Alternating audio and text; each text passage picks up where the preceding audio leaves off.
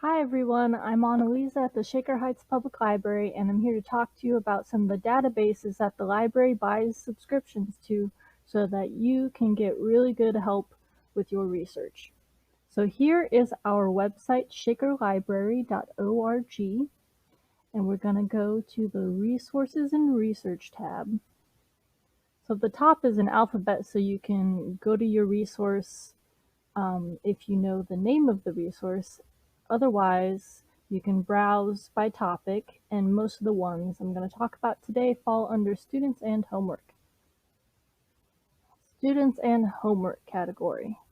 So the first one I want to show you is Explora.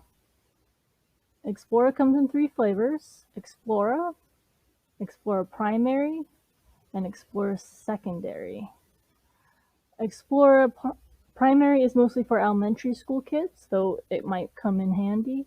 Explora Secondary is especially designed for upper levels like middle school and high school. So let's take a look. So here we are in Explora Secondary, and as you can see, there's a search bar at the top.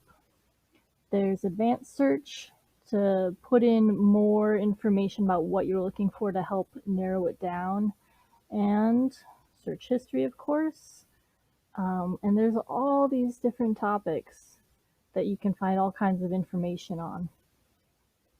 Great resource. So back at our library website, shakerlibrary.org, under the list of databases picked out for students and homework, let's scroll on down to the bottom of the page to WorldBook. WorldBook is very famous as an encyclopedia set that people used to buy for their homes. Now, of course, it is also digital, and it comes in 3 flavors. Once again, WorldBook Early World of Learning you don't need. You're too old for that. WorldBook Kids could come in handy. That's designed for K through 8. And since you're in middle school, it might work. It might also be a little too easy for you. Then there's also WorldBook Students, and that is designed for like upper grades. So WorldBook Kids and WorldBook Students. Let's take a look. And here we are in WorldBook Student. WorldBook is nice and fancy. It's got Lexile levels for articles. It will read articles aloud to you. It will even translate them. It's got some videos. It's got atlases. It's got biographies. It's got a lot of great stuff. So now if we scroll back up on this page from WorldBook Kids all the way to the top, we can see in our other collections for databases, there's also, so we were here, there's also history and biography. Let's click on that. History and biography may have a lot that's useful to you as well.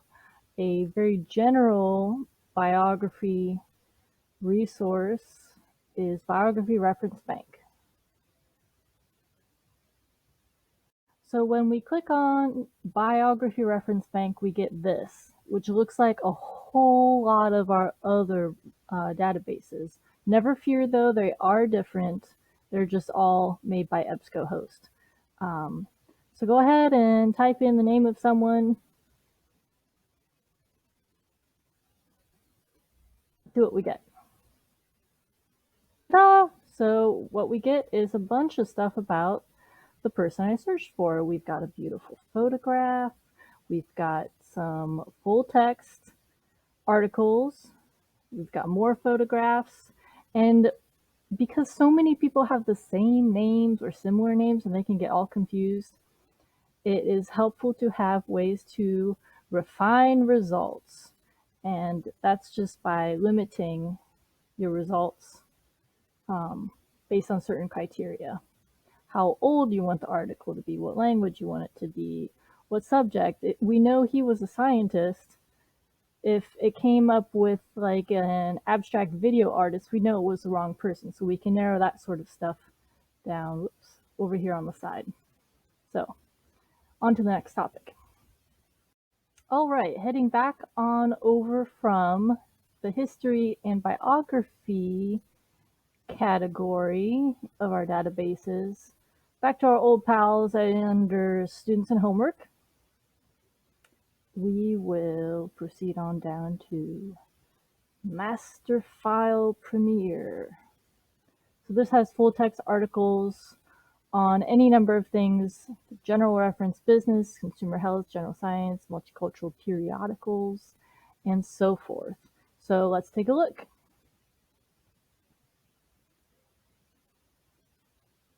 Well, here we are again. I thought I clicked on Master File Premier, but this looks like Biography Reference Bank. Never fear, that's because it's all made by EBSCOhost, and EBSCOhost just doesn't want to switch it up for us. So let's go ahead and type something in that's not a biography. This is a food my parents made me eat on New Year's for good luck. And here we go. We've got all these beautiful results. We've got images, cabbage. We've got videos. We've got all kinds of stuff. So this has magazine articles, as you can see: Mother Earth News, South Dakota Magazine. We've got atlases. We've got things from reference books. We've got primary source documents and even maps. So it's a nice compilation of resources. Unlike World Book or Explorer, which is an actual encyclopedia, this is just a compilation of different things that you can search all at once instead of searching individually. And once again, you can refine your results. Maybe I only want peer-reviewed information about sauerkraut, so I know it's super legit. Or maybe I only want it to be from almost 100 years ago. That's up to you. Let's try the next resource. So back again under students and homework, the last resource I'm going to talk to you about today is Middle Search Plus. Middle Search Plus is specifically designed for middle school. So here we go.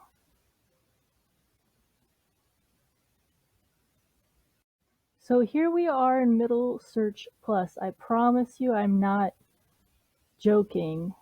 It looks exactly like every other thing from EBSCOhost, but it is different. So yeah, we go into Middle Search Plus. Let's try Kazakhstan. I almost became a librarian there. Kazakhstan.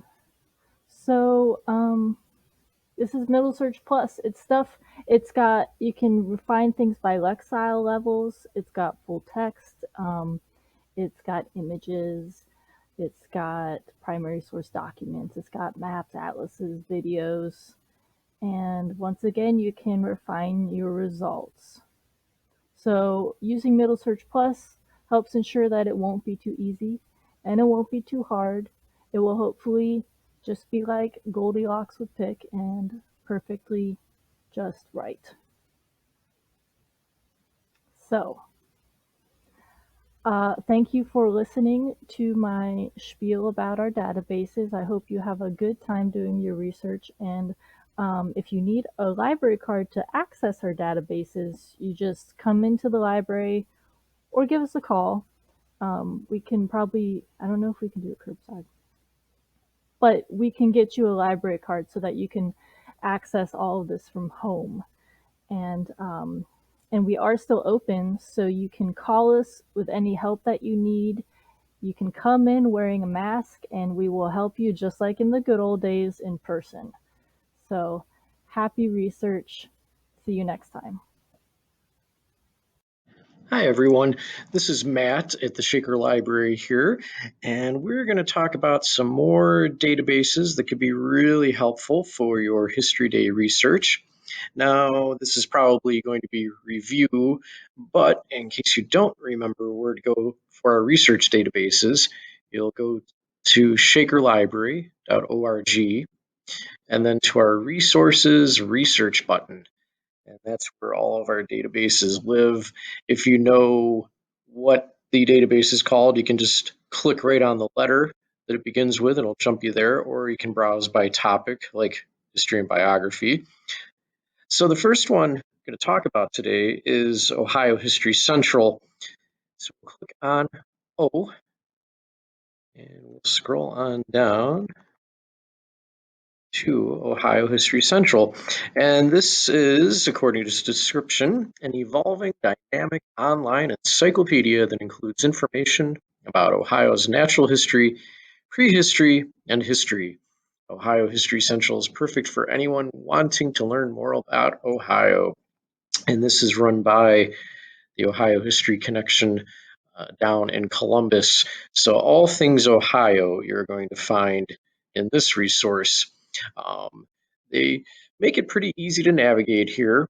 You always end up on this home page when you first arrive, and then you can click on Browse, and it gives you these options. You can do the alphabetical index, browse by category, browse by topic, by time period. They also have a timeline of Ohio history, or you can just sort of do the random page. You click on that,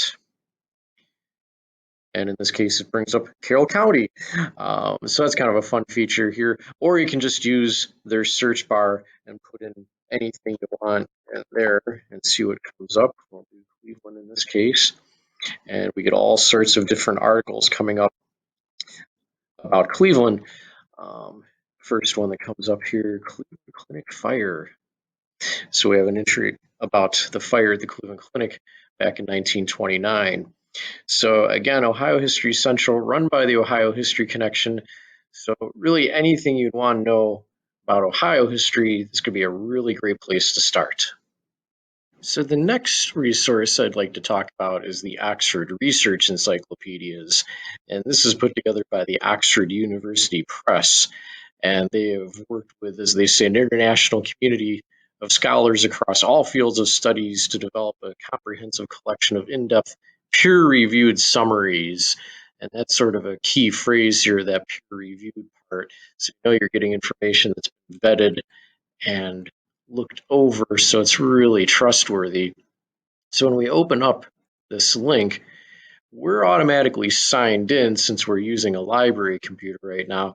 But if you're doing this from home, you might have to put in your library card number. So just make sure that you have your card number available to sign in.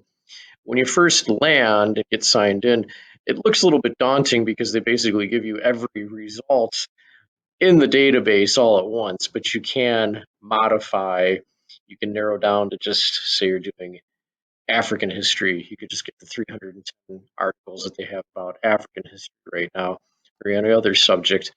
You can also do an advanced search.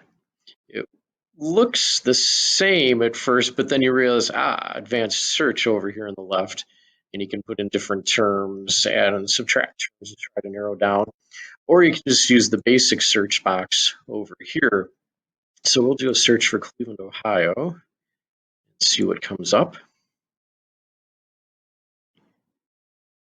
And say I just want to stick to American history articles. So we'll click that, and then you click on update. And then we get 48 results right now regarding Cleveland. And here's an article about the oil industry that talks about Cleveland. So we'd click on the title to open up that article. And it's really nice. You have an author's name. You can click to see who that person is. Takes us back to this article in this case, but you've got a citation here, when it was published. And again, it's really nice in this database. This is all really good information at your fingertips. Now, the Points of View Reference Center is another research tool that we have that doesn't seem as obvious as some of the other ones, but it's actually a pretty helpful resource. Its specialization is looking at various issues and providing a point-counterpoint type of argument. But if you're doing historical research, it could be pretty handy for that as well. So you'd log in just by clicking, and it should take you automatically there. And there's all sorts of various issues that they have highlighted. And we could click on anything here, say banning books under censorship. And for each one of these entries, it'll give you a little bit of background and history. So this is where it could be useful for your research is these background and capsule histories, some places to start, resources to look over. So again, maybe not as obvious as some of the other databases we have, but this could prove to be quite useful. And if you've used any EBSCO product like Academic Search Premier, say, the interface should feel pretty familiar to you because this is brought to us by EBSCO as well. So again, this is the Point of View Reference Center. Another EBSCO product that might not be as obvious as some of their other databases is Topic Search, found under T in our research tools pages. And this is a current events database that allows researchers to explore social, political, and economic issues, scientific discoveries, and other popular topics discussed in today's classrooms. And when you open it up, again, this interface should look familiar if you've used anything from EBSCO before. But what they do is narrow it down quite a bit already for us. So we could pick a topic out here, say we go to human rights, and we can pick a reading level, or just leave it at all.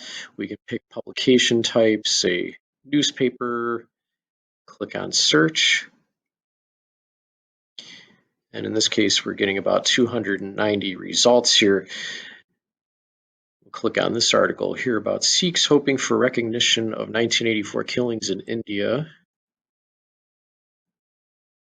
And it'll take us to the abstract. And this one happens to have PDF full text, which is really nice when you have the full PDF. So again, this is topic search from EBSCO, found under T in our databases.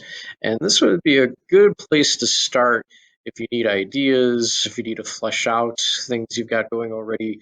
Topic search is a really good place to go. The last resource I'd like to talk about is called Very Short Introductions. And this is brought to us by the folks at Oxford again. And it offers concise and original introductions to a wide range of subjects from Islam to sociology. Now, it's a bit of a misnomer, the title very short, because they're more like short-sized books. But what's nice is you can pick out one of these books, read through that, or you can kind of search through the various books if you're just looking for a various topic or subtopic.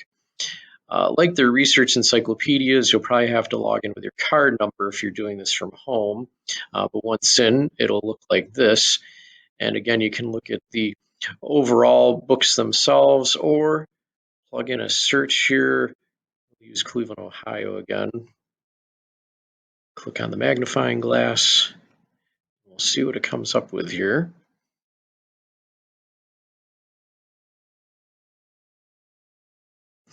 So we've got several results here. There's a mention of Cleveland in this article, Local Landscapes Exploring the Neighborhood. So this would take us to a section of Timothy Beale's In Religion in America, a very short introduction. And all the citation information is right there. And again, this is vetted information, not just random bits and pieces from the internet that you can cite. So again, this is the very short introductions found under V in our research tools page.